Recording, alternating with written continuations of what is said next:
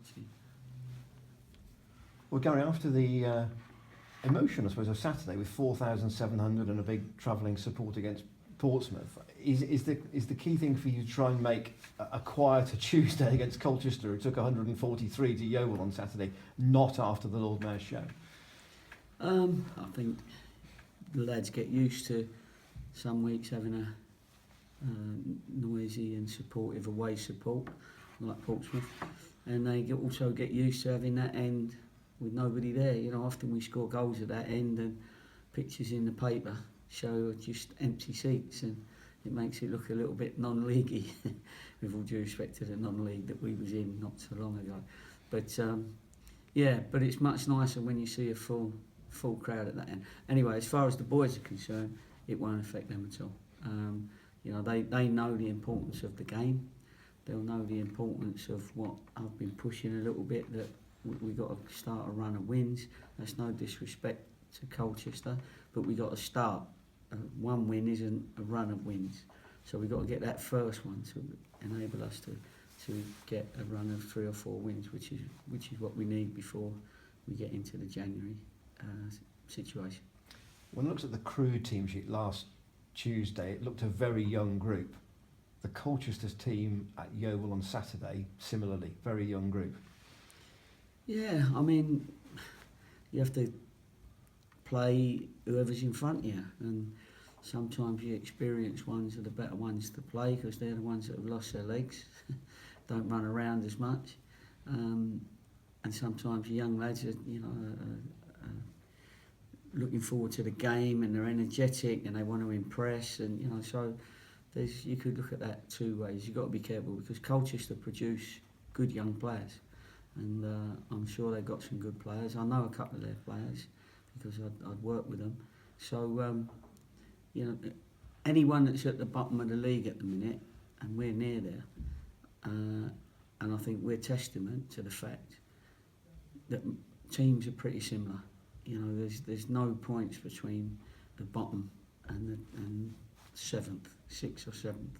So, and certainly it's concertina. And so, although they're at the bottom, they can look at it and say, well, beating us would put them, 5, 6, 7 places up, and the same for us to get ourselves in sort of mid-table-ish. So, it's we're not going to either disrespect them or take them lightly.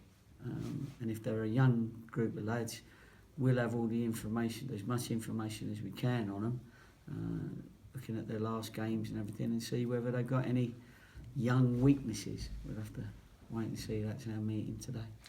You may not need to look too far. You signed Sam Walker, the goalkeeper, twice at previous clubs. Yeah. Macaulay Bonne you tried to sign. Yeah. Denny Johnston was here just before you arrived, so Russell can tell you about him. I probably needn't go on anymore. No, I watched him a few times playing with Cheltenham. I thought he did okay actually, and it was a bit of a disappointment to the lads when did they call him back or they? What happened? It was just chaos that it season. Was chaos, yeah. Well, anyway, but Sam Walker I know well, great lad, and as you say, I had him twice, and yeah, so that's we always felt Bond was a good player, but he's been on the bench recently, so they must have someone ahead of him or people ahead of him. We know Guthrie, of course, Curtis Guthrie from Forest Green, and he's always been a danger player against us. So it's not just a matter of turning up. We know that. What's Sam Walker, 6'6", so it's one of Russell's coaching points of keep the high balls low and the low balls high. Dan Holman particularly keen to play in this game, given that he was there and obviously they were his last parent club. Yeah, it's a little bit of a spur for him, isn't it? As it always is, like Billy with Crewe. So yeah, I'm sure he's looking forward to it if selected.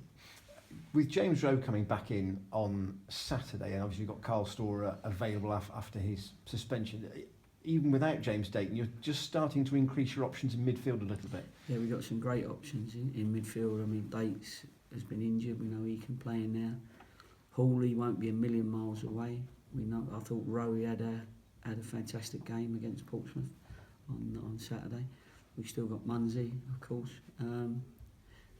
and people that are already there. Harry Pell's been consistent and stuff. So some very, very good options there. And also Alex Cooper can play on the left-hand side of midfield as well.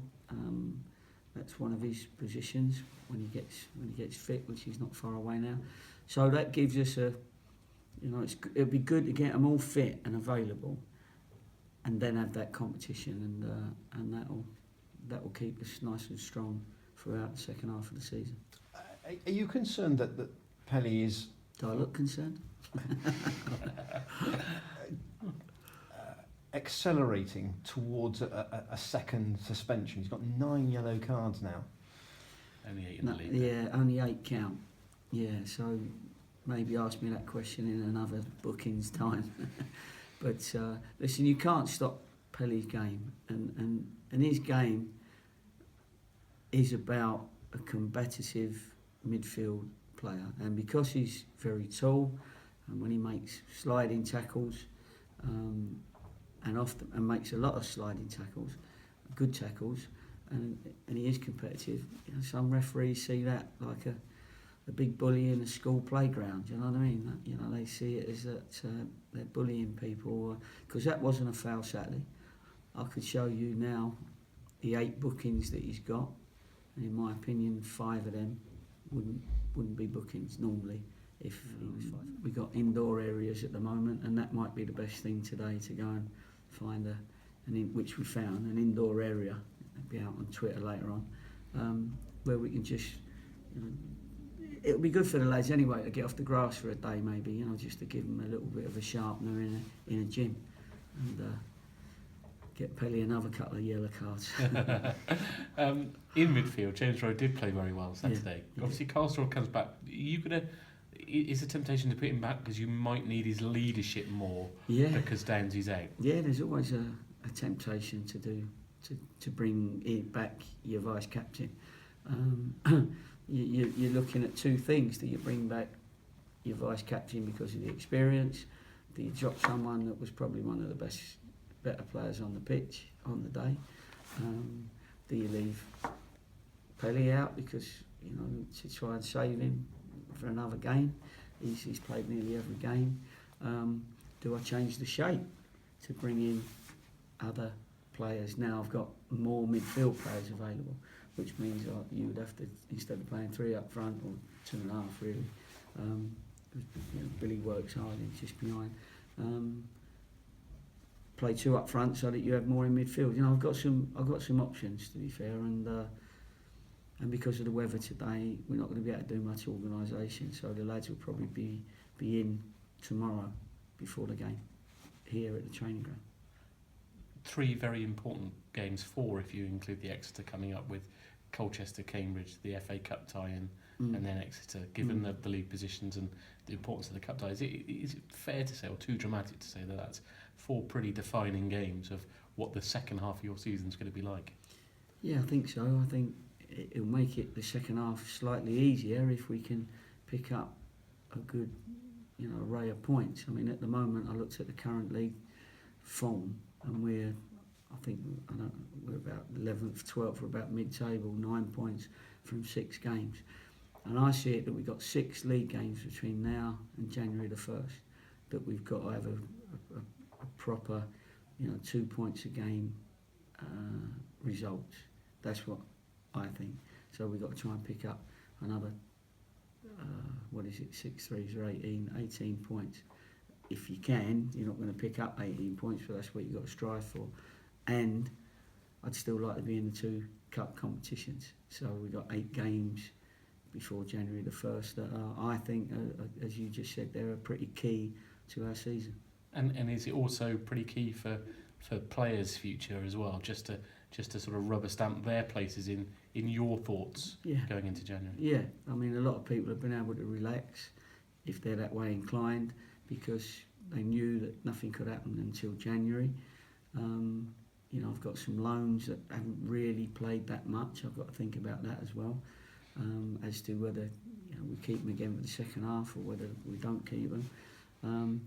And there are some lads that probably haven't done enough, that you might need to open the way to bring in other players. That's life. That's football, and I've given them all the opportunity, near enough, and they've all certainly had plenty of opportunities to, over a year and a bit, to show me that they're league level and they can compete at this level.